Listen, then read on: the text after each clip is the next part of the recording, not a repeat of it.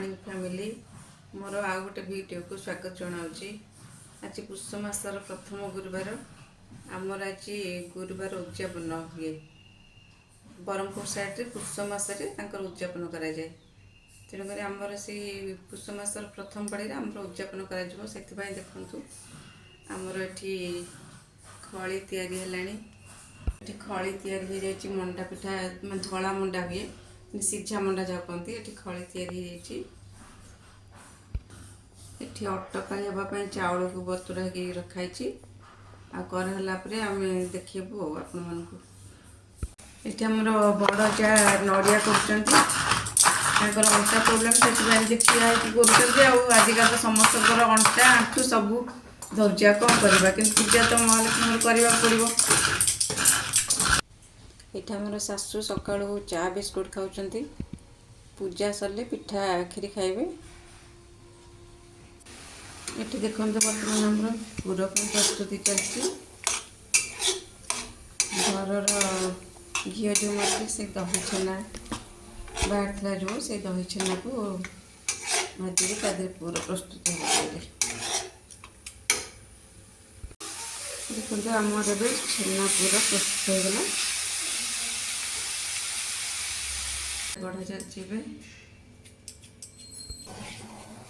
क्षीर फुटिगला जो चावल बटा रखाई पकईद अटकाई कौ मैंने सब जानते कमेंट रे कहे।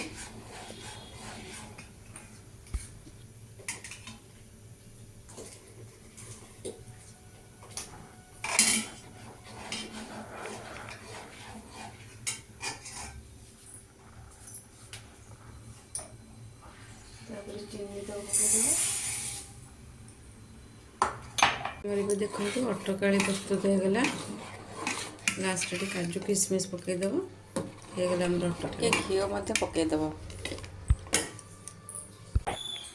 ये आम पूरा दे पिठा बड़ा चलती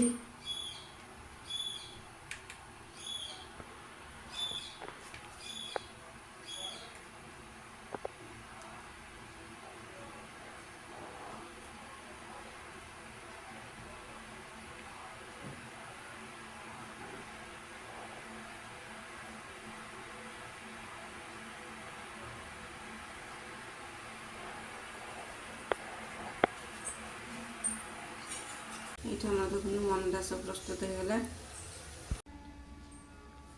आमर मंडा सीझा होगला तापर पूजा पूजी हम ये देखो आमर सब चिता केमती पका जाए।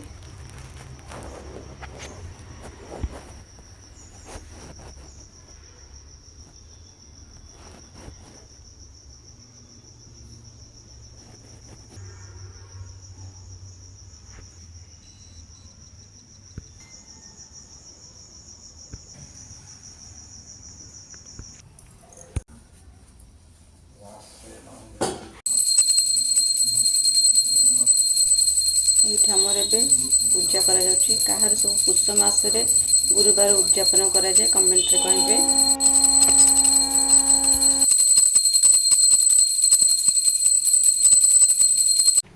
ये देखो सब आज गुरुवार रोषे कौन डालमा ये शाग ये आलू भर्ता ये खटा मोर ये शाशु माँ बढ़ाई भात डालमा ओ खटा शाग आलू भर्ता तांकर भात डालमा को सब चकटा हो गले से खाइबे सेमती खाई पारती चकटी देले खाइबे।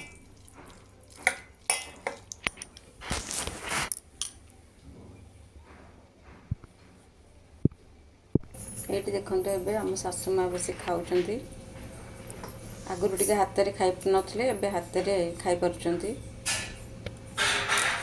वीडियोटी भल लगे लाइक शेयर करेंगे।